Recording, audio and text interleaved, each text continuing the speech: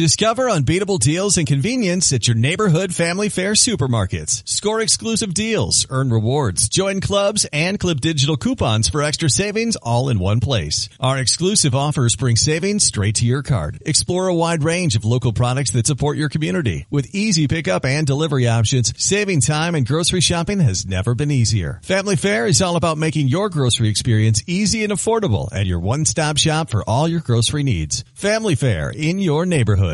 Come unwrap some holiday magic this season in Denver, where the lights are brighter and the shopping is grander, where the season feels a whole lot more wonderful. Discover great hotels and more things to do at milehighholidays.com. Welcome to Pretty Lies and Alibis. Let's seek the truth and travel the long road to justice together. What you know, Alibis? Welcome to another episode of Pretty Lies and Alibis. I'm Gigi. Happy Thursday. We're almost at the weekend, guys. Before we get started, just a few things. I have to give a huge thank you to Debbie, one of our very first listeners, who has always been very gracious and generous with us. She was the one that sent me the Elvis stuff about a month ago. Got another big shipment today of like original newspapers from the day Elvis died and stories after and all these rag mags. And it's just so cool to look through. There was a belt buckle and a Christmas ornament. So thank you so much, Debbie. It really it made me think of my aunt today and it made me happy. So thank you. Music trivia of the day, Billy Joel's Piano Man. Every single character in the song that he sung about was a real person when he was working at these lounge bars. So anyways, we are going to back up just a hair. There was something I forgot to put in on the night JJ was murdered. So after they were finished recording that podcast, everybody went upstairs to go to sleep. And Lori went into her bedroom and Gibbs said that's where JJ was. So she decided to sleep with David in JJ's room instead of Tylee's room. So at some point during the night, David sat up and said he had a really bad dream. And he said it was super dark. He saw earthquakes and people hurting and he wanted to help them. And he said it was like his heart was hurting. So Gib decides she's going to go wake up Lori and ask her to give David a blessing. So she walks down the hall and knocks on the door and there's no answer. So she jiggles the doorknob. Again, there's no answer. She tries to call and text, nothing. She also tries to call and text Chad with no response. So she goes back to bed. So I always say we don't know what Rexburg has. I'm very curious to see Chad and Lori's phone pings on the night these kids were murdered. I think anything is possible. We assume that it was Alex, but we don't know yet, y'all. We just don't know. All right. September 24th would have been Tylee's 17th birthday. It's so sad to think of what they denied her. A long life, hopefully to get away from her mom and, maybe get some therapy and live a very happy life. And so Lori's sister Summer told Morgan Lowe in an interview, I believe this was before the kids' bodies was found, that she had texted Tylee happy birthday. Tylee responded and said, "Thank you, Summy. Love you and happy birthday to you." When asked if she thought that was actually Tylee responding, she said she had no way to know, but she likes to think it was, and she had no reason to think otherwise. Also on the 24th, Lori calls JJ's new school up in Idaho and unenrolls him and tells them that he will be homeschooled. This is also the time she responded to the babysitter. We went through all that where she says JJ's at his grandparents' house and the babysitter tried to get back in touch around Halloween and no response. So we talked about that before. So Zulema texts Chad, what happens if Trump gets impeached? Does that accelerate things? And Chad says, yes. If Trump is somehow removed from office, it will speed up how fast things fall apart. September 25th, Alex's phone is pinged on Chad's property from 10:05 in the morning until 10:22. He's in and around the house, but it doesn't seem he's in the areas where the kids' remains were found. He also took Charles's Jeep, which primarily was driven by Tylee, to a window tinting shop and had the front window tinted 20% and the rear window 5%. Important to remember because we know in a few days he's taking a road trip to Gilbert. Brandon is the target. September 26th, Zulema texts Chad. Could you see if I'm being attacked or was attacked today? I've been sluggish, headache, anxious, unsettled all day. Very unusual for me. Girl, it's like every other text. It's not unusual. Tom Jones wrote a song about that. She said, I had people come in my house today, 3 workers and my landlord, to see if the roof was leaking. I'm wondering if one of them left something behind. Chad responds later, yes. The dark side attached a time bomb to one of the workers and it went off in your house. I've cleared you and your house. Zulema says, oh, no wonder I felt so awful. Thank you. I'm so grateful to know you. So the same day, Kay emails Detective Moffat and says that Melanie's oldest son said Lori has moved out of state. She said she's going to put the brakes on hiring an attorney in Arizona for visitation rights. She said this also has substantially heightened her concerns for JJ's well-being, and this could be a ploy for whatever crazy reason she thinks of. She asks if he can verify the move is true and wants to know when he can find out. So on the 26th at 9:52 to 10:16 p.m., somebody is in a Walmart in Rexburg. 11:33 p.m., Lori seems to be in the townhomes. She makes calls at 11:31 p.m. and 12:06 a.m. on the 27th that goes into the 27th. Doesn't say who they're to. So back to the 26th. Melanie flies from Mesa, Arizona to Idaho Falls. And the same day, Alex activates a burner phone in Rexburg, and the number was connected to his Gmail account. I mean, I'm glad they were dumb criminals because it gave a lot of answers, but yeah, they weren't firing on all cylinders when you're committing a crime.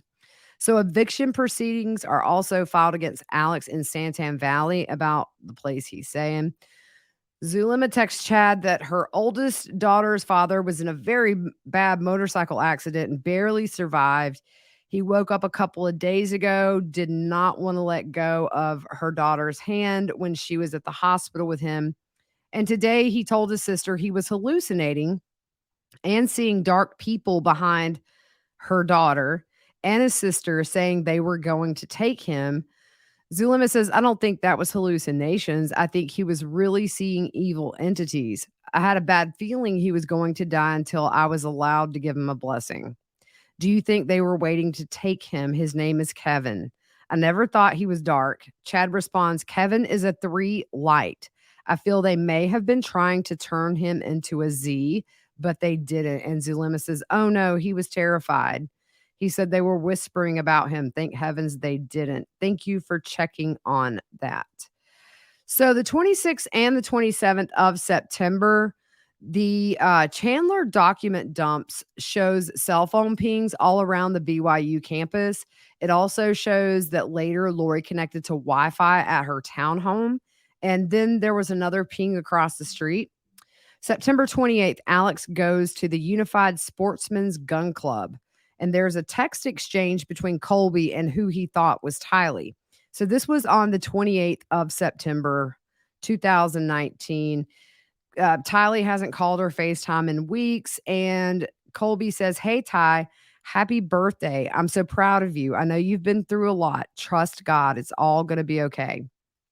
Somebody says, thanks, Colbs. Love you. Hey, Ty, are you okay? I'm good. I'm just tired. Call you back later. Love you. Colby says, okay, call me tonight, please. And then somebody from Tylee's phone says, at the movie, I'll call you later. Colby says, Ty, please call me after your movie. I'm worried about you. Somebody says, worried about me? What? Colby says, I just want to hear you talk. And Tylee says, okay, this week was busy. I'll call you soon. Colby says, please call me tonight if you can. So Julie Rowe told Inside Edition around this time, Chad told her his plans could not move forward until Tammy was dead. She also told Fox 13 that she talked to Chad on the phone about 3 weeks before Tammy's murder and asked if he still saw Tammy dying, and he said, "Yes, I do." She said he sounded frustrated and angry on the phone. I don't think I pulled this up real quick. If you're on YouTube, that is the wedding ring that Lori had on yesterday. Looks like she took a black hair tie and wrapped that baby about 4 or 5 times around her finger. I have no clue how that finger was not solid purple by the end of that hearing, but I guess when you're exalted and translated, stuff like that don't happen. All right, back to the timeline. September 29th, Melanice flies to Mesa, Arizona from Idaho Falls. And I think Alex must have driven her to the airport. His car was near the airport at 3:05 and her flight was at 5:10. So her flight was at 4:10, I'm sorry. Zulema texts Lori at 3:55. Oh, I forgot to tell you that JTL told me that my ex-husband, the one that had the motorcycle accident, is still in the hospital, and the Darks were trying to make him into a Z. Thank heavens I was allowed to give him a blessing and protected him. The only light I had. Poor guy. So at some point towards the end of September, the neighborhood kid JJ was playing with went to Lori's townhome and asked if JJ could play. And he was told JJ was at his grandma's.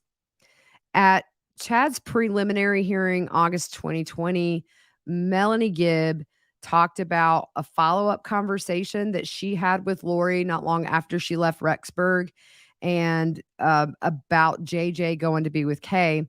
She said Lori told her that she met Kay at an airport and told Kay that she had breast cancer and she needed help with JJ for a period of time, and it went well. That's insane. I mean, like, why would you even lie about something like that? That's low. That's low. I mean, these people are low, y'all. September 30th, 11:31 a.m. to 1:16 p.m. Alex's cell phone was at Lori's apartment. It's redacted, but someone received a call from Chad's burner phone at 12:34. I think it's either Lori or Alex. Alex returned to his apartment from 1:17 to 4:32 p.m. And then one of his phones pings at Lori's apartment at 6:01 p.m. and conveniently stays there until October 3rd. He is getting ready to make his drive to Gilbert. So at 8:10 p.m., Charles's Jeep is seen driving southbound on I-15 near Blackfoot, Idaho, which is a city south of Rexburg. I Googled it. It's like a 45-minute-hour drive away. And this is 37 hours before the attempt on Brandon. October 1st, 6:52 a.m., the Jeep that was driven by Alex in the attempted murder of Brandon is seen on I-40 near Holbrook, Arizona, with the rear tire missing. So I'm going to throw some stuff up here real quick on YouTube. This is Charles's Jeep on the far left, if you can see on YouTube. The reason that the tire had to go, and I put a demo video with my Jeep up to it's been up on YouTube. I reposted it today. You can find it on social media. You can't open that back window with the spare tires. That has to be off. Also, on the surveillance, we see them taking the back seat, which is seen in the middle bottom picture here, because if you see, Alex would not have been able to lay flat in the back of that Jeep. And on the far right of this picture is what that Jeep would have looked like as a 2-door, same year, with the seats removed. So that's kind of how it would have looked in there. So October 1st, we did that. This was when they saw it on I-40 driving near Holbrook. This was 26 hours and 30 minutes prior to the attempt on Brandon's life. The distance at that point to Gilbert was 3 to 4 hours. So there's a visual of the cell towers that Alex pinged off and on of in Arizona. This is the day before Brandon is shot at. So at 9:19 a.m., Alex's burner phone calls Chad's burner phone. Alex is still near Holbrook. At 11:55 a.m., Alex's burner phone receives a call from Chad's burner phone. Alex was northeast of the Phoenix metro area. This is 21 hours before the attempt on Brandon. At 2:08 p.m., Lori rents that storage locker that eventually Nate Eaton was allowed into, and we find all of the kids' possessions, these patchwork blankets that have pictures of them at various ages and stages that looks like happy birthday gifts to them. It says it on the top. JJ's scooter, which at CrimeCon, Larry did say that when he saw the picture of that scooter in that storage locker, he knew something was really wrong. JJ loved his scooter. And in fact, he told a story. Larry told a story about how one side of JJ's shoe would wear down like super quick, a day or two, because of how, I guess he dragged his foot when he was riding his scooter. Just a lot of stuff, all bikes, everything. But for this day, she rents it for $53 a month. The unit is a 10 by 10 unit. She is seen with a plastic tote that she brought in. At 7:31 to 7:48, Alex's burner phone communicated with Chad's burner phone. Alex was in Gilbert during this time. This is kind of important. 7:31 to 7:48. He communicates with Chad's burner phone, and he's in Gilbert. Later on, we're going to have a neighbor who sees a two-door gray Jeep go past her house twice. So 7:52, here we go. Alex's Gmail account searched for Brandon's new rental address. Now, it should be noted on September 17th, Melanie's texted Brandon asking for his new address, and he gave it to her. Other than her, Brandon said just a handful of it, like a couple of his friends knew, and that was it. So he is Googling this address 13 hours before the attempt on Brandon. The same day, Alex is served with an eviction notice for the Santan Valley rental home. And Lori's mom, Janice, tells CBS News that she spoke to JJ on this day and provided a phone bill that showed the alleged phone call. I always thought it was maybe Alex making himself sound like JJ. He was in Gilbert, but clearly, I don't know, maybe she didn't know he was in Gilbert, and maybe Lori calls and says, hey, I need you to call mom and act like JJ, because he was, an evil dude. But he didn't, he was able to impersonate voices. I still want to hear some of these with the life insurance policy as well. So also on this day, in an email, investigators note that Lori was searching for wedding dresses and other information, that's in quotes, online prior to Tammy's death. And Zulema texts Chad, is it possible that the big earthquake will not happen? Is it possible to bring enough light and fight enough evil that the course of things could change? Or are we too ripe in iniquity? I was asked to go to the faults today, but I didn't try to create an earthquake. I sealed the earth for her to receive her. Okay, let me see if I get this right, y'all. Paradisiacal glory and become celestial, which is totally different than what I've been asked to do before. So the next day, Chad responds at 10:45 a.m. The big earthquakes will still happen all over the world. What you have been doing is completing the spiritual preparation for what will later occur physically. The sealing of the earth that you did yesterday is a key step in preparing Mother Earth for the millennium. Zulema says that makes perfect sense. Yesterday, I worked with Jules on the earth and we opened a new portal. It was almost as if we were opening the door to the Garden of Eden. We could both see it, and she was able to use the keys you gave her. It was amazing. And Chad said, that is wonderful. All right. So we're going to get into the attempt on Brandon. And I will tell you, I was thinking about this today because I've been kind of reading back through. Brandon is so lucky by inches that he was not murdered. He was totally intended to be victim number 4, Tammy number 5.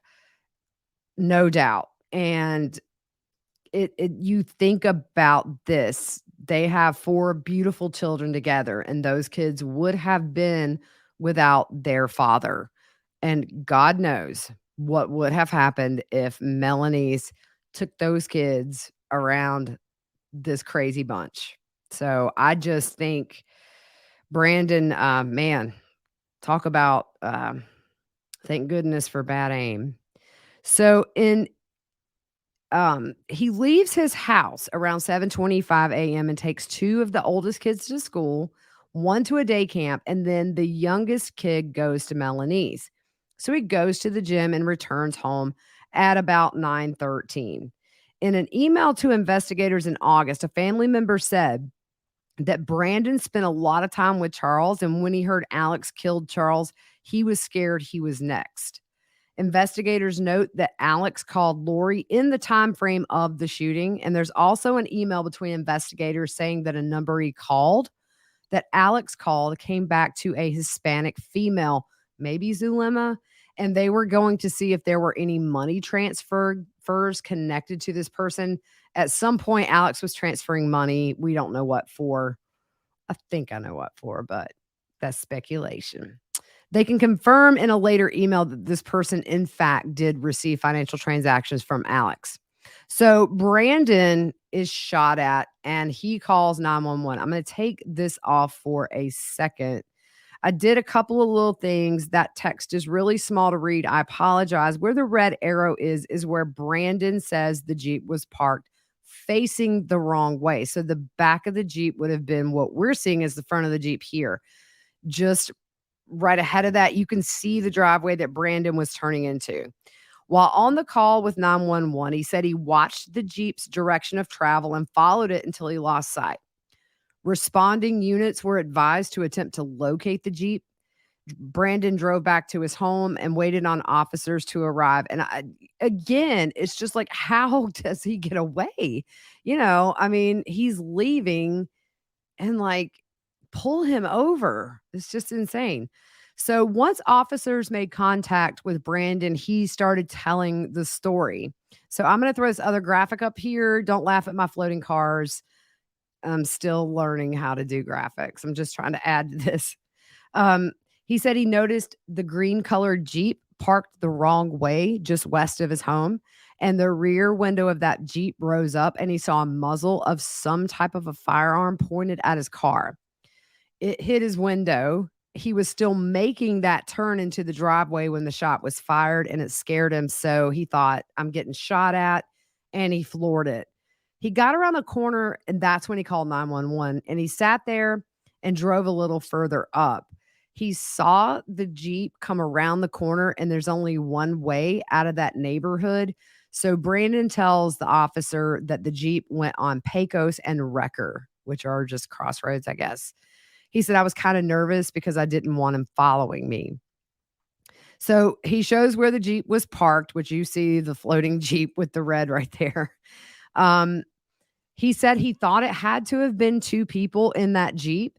His window was perfectly aligned where Alex would have aimed at. That's why I put that red line there. So if you figure that back window is slightly up, and then you see before he makes his turn, it really does put Brandon right in that line.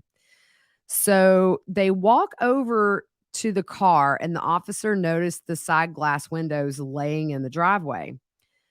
So she gets her flashlight out and is looking at the top of the driver's side door frame. And there is a bullet hole in the top of that. And she says, I don't think that's a BB gun. And the hole was about the size of a dime, and the rubber door gasket was tattered and torn. So she asked him, you just moved in. She asked if the home was vacant at the time. They go through kind of your basic stuff. Did the owner say anything about who was renting before? Brandon's like, no. She wants to know if he has any enemies. And Brandon says he's going through a divorce. And he says there's some stuff with Melanie's aunt. She killed her husband, but I hope that has nothing to do with this. He said the reason for their divorce is because Melanie's thought he was gay and some issues he had with her family and Charles's murder. She asked about issues at work, and Brandon just says the only people I could even think of that would be that group. And the officer says the family of your ex-wife, and Brandon says, yeah. So the officer's looking inside his car. It's really nice, a Tesla with like the Back to the Future doors that I want so bad, y'all. I want like a Back to the Future car, legit. The officer's looking in where the bullet struck and says it's kind of weird. So she says she's going to get her camera to take photos. And she asked, did it look like a rifle? And Brandon said, yeah, like a rifle or something. There was a muzzle on it. It just lifted up the back gate and shot. So she asked, where did his window land? And Brandon explained it actually stayed in the door, but when he parks, it automatically opens the door, and that's when it fell off. So they go through again where he was. And Brandon again said he heard a loud boom and his window shattered. So another officer arrives. He's looking at the bullet hole he thinks is lodged in there. And in the background, you can barely make it out. But the male officer asked Brandon, who's ticked off at you? And he says something about just killed her husband. They claim self-defense. He died at their house. So the female officer asked the color of the Jeep, and Brandon says pukey green. And he said, let me check my Nest camera. So the other officer brings a phone over to her, and he says camo green. And the officer said, there goes a gray. And we know Charles's Jeep was actually gray. If you look here, far left, that's Charles's. And then she kind of loses her train of thought. So I'm very curious if Alex made another pass to see what was going on. So let's see where I was. The officer says he's going to walk up and down the streets and see if there's any cameras. This is what I was referring to in the Gilbert documents when it came to Charles's murder. There's nothing in those documents unless I totally overlooked it, that they did any canvassing. Did you see something? Did you hear something? Do you have a camera? So a female officer asked Brandon how long until he called 911, and he said as soon as it happened. She also asked when he was parked and the Jeep passed, could you see who it was? And Brandon said he was trying to keep enough distance in case he was shot at again. He said the gun had a silencer or something on it, and that's why he didn't think it was a gun, because it was so loud when it was fired. Now at this point, it's all hitting Brandon, like everything's starting to be like, whoa, this just happened. He didn't realize it was actually a rifle with real bullets until that officer found the hole in the frame of that door. And you kind of can hear and see Brandon really just like reality is sinking in, and he is internally freaking out. Bless it. The male officer asked what he does for a living. Brandon says he owns a couple of businesses. He's asked, is it a 2-door, 4-door Jeep? Brandon says 2. She asked when the Jeep sped off, how far did he go? And Brandon says there's a pool down the road he used to own. And Brandon said he actually used to own a house on the other street. So he pulled to the other side of the pool area. The male officer asked Brandon, did you only hear one shot? And Brandon confirms it was only one shot he heard. And he says, again, I'm pretty sure it's stuck in the frame. Brandon says that he thinks that Alex was as surprised as he was because they thought they were going to hit him. And the cop explains more officers are on the way to walk the streets to see if they can find any shell casings. And Brandon said he felt like this was very professional, not the cops coming, but just the window coming up the muzzle, the way he was pointed. So Brandon walks with the cop out in the street to show where the Jeep was and where he was in his car. And he thought it was really weird when he saw that window come up. He does say, I do have cameras, by the way, so we may be able to see something. He said for a minute he thought it might be a paintball gun or something. And until the officer showed him the hole, he thought it was a paintball. Inside the car, they did not find an exit hole. And the officer asked about the window glass being on the ground. And Brandon also said he did not recognize the driver, but he saw Texas license plates. We know that Charles registered that car in Texas. They collected bullet fragments from the door, frame, but the majority of the bullet was never located, and they think it fell out when Brandon was driving away after he got shot at. Glass was found in the street where the bullet hit the door frame, and there was glass in the driver's compartment. So essentially, the trajectory of the hole matched Brandon's version of events as far as where the Jeep was parked in relation to his route down the road to the house. So investigators also located a tire track imprinted in dust and debris at the spot where the Jeep was parked. And it seemed to be a stock tire. You can tell on Charles's Jeep that is definitely a stock tire, which is curious. Maybe they're going to wait till winter, but a Jeep in Idaho in the winter, you would want to have some snow tires on that baby. So they start talking to neighbors. One neighbor was in her kitchen, heard a loud bang in the front of her house, thought something had hit her window. So she looked outside, and to her, she said she saw a very dark blue Jeep Wrangler parked across the street facing the opposite way, then saw it speed down the road. Again, when we were talking about Brandon Googling that address at like 7:40 something or whatever I said 5 minutes ago, a witness saw a small grayish colored Jeep the night before between 8 and 8:30 drive by her house twice. Another neighbor said her and her husband saw the Jeep driving down the street around 7:45 to 8 a.m. Another neighbor saw the Jeep parked nose to nose with the white van that was right there around 8:40. The Jeep was running idle, but he couldn't see inside due to the tinted windows. There was a neighbor whose camera caught the rear end of the Jeep going down the road at 9:13 a.m. And one witness also noticed that Jeep parked nose to nose with the white van. He was walking his dogs, and he said he looked in and the driver's seat was pushed all the way forward to the steering wheel, but he didn't see anybody inside. So ultimately, cellular data and witnesses have Alex parked and waiting on Brandon for nearly 2 hours. So Brandon on scene talked to Gilbert PD. He explains to them that Melanice began spending more time with her Aunt Lori, and that Lori was part of, quote, something different with regard to some religious thing. And that he let them know that Lori had convinced Melanice that Brandon was a homosexual. And he said he tried to reconcile and prove that what Lori said was a lie, but mediation was unsuccessful, and Melanice was adamant she wanted a divorce. So Brandon and Melanice initiated divorce proceedings in early of July 2019. He also went on to explain the situation with Lori and Charles, that they were in the process of a divorce. Brandon did not know Lori well, but heard she exhibited suspicious behavior and was warned by Charles. And he was warned by Charles that Lori was trying to manipulate Melanice.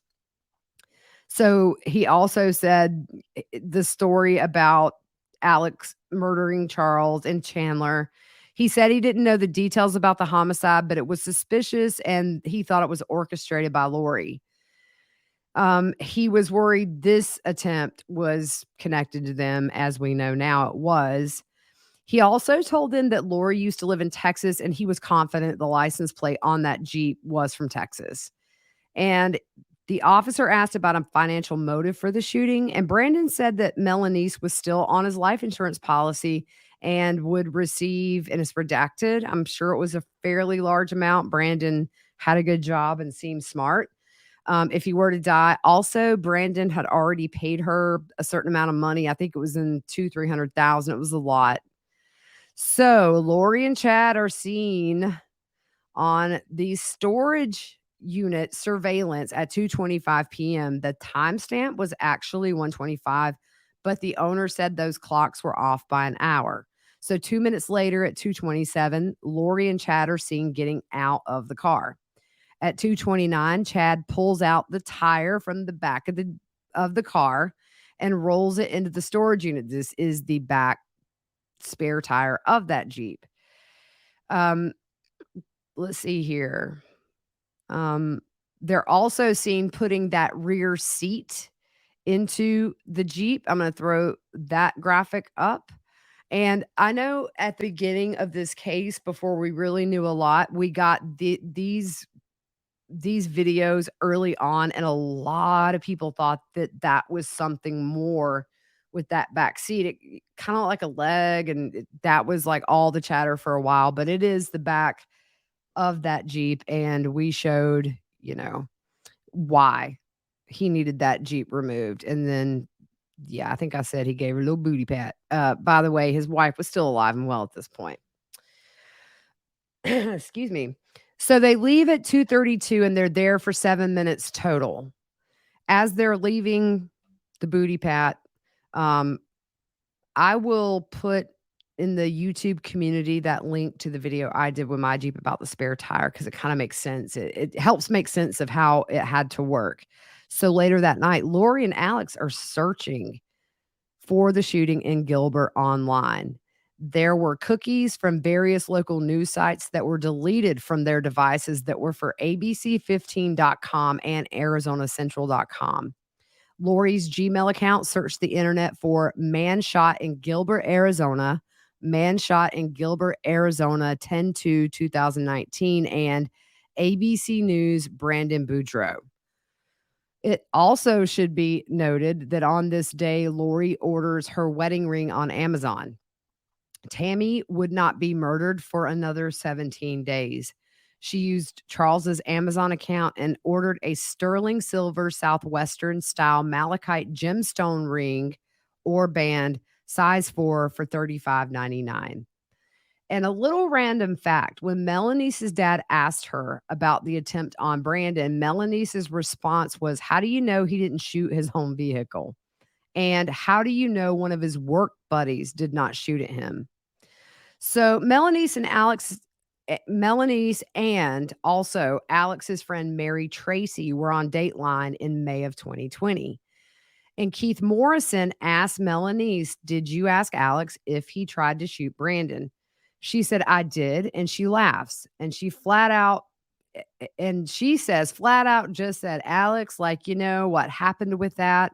And he made some jokes about it. And then we both talked about how insane that would be for him across the street with a rifle in broad daylight in a recognizable car. Keith Morrison said, "Did he ever actually deny it?" She says, yeah, while shaking her head no. He denied it many times. So Keith Morrison says his friend Mary told us she hoped Alex didn't do it, but she had a growing suspicion, and not just about Alex. So Keith Morrison asks Alex's friend Mary, who he was close to, it seemed, "Can you bring yourself to believe that your friend Alex committed these deeds of his own free will?" And Mary said, no, that's not even a question. That's not who he was. Keith said, "So if he did all these things, why would he do if he did these things, why would he do them?" And Mary said he would do them as a protector and defender of his sister and her children. So October 3rd, the Jeep returns to the Idaho Falls area at some point, and at 2:11 p.m., Lori and Alex go to that storage unit. I put the graphic up on YouTube, and they stay for 4 minutes. Alex gets the tire and the rear seat from the unit and puts it in the car. So we're going to finish this little bit here about Tammy Daybell's family. They told East Idaho News that Chad was working outside and came in to tell Tammy that, guess what? Grandma Cooper has come to me and said, you need to go see your parents in Springville, Utah. And actually, Tammy had told Chad earlier in that week that she would like to go visit, but she was a little hesitant to go. Her family said Tammy would always travel with Chad and the kids. And, it was a little odd that that she came alone. That next morning, she did get up and drive to visit her family. So Zulema texts Alex asking how he's doing, and he responds, "Wow, nice. Just waiting and laughing and singing. Are you coming up soon?" Lori also searches for wedding dresses online. So we're going to stop there. Tomorrow, we're going to get into Melanie's interview with law enforcement about the attempt on Brandon. She shows up with her youngest child. And the biggest thing to me that like makes no sense is she never asks what they're wanting to talk to her about. I mean, if a cop came to me and said, hey, I need you to come down to the station, I'm going to be like, for what? So I always thought that was a little odd. All right, guys. Hope you have a good evening. Sorry it's a little late, but we will see you tomorrow. We'll pick up on this. I'm also going to do a little update on Caitlin Armstrong. There's been some arguments that she wasn't read her Miranda rights and yada, yada, yada. So we're going to get into that, maybe just a little 10-minute episode tomorrow. I'm doubling up because I missed the other day because I want to get 5 in a week. That's my goal. All right, you guys have a really good sleep. We will see you soon.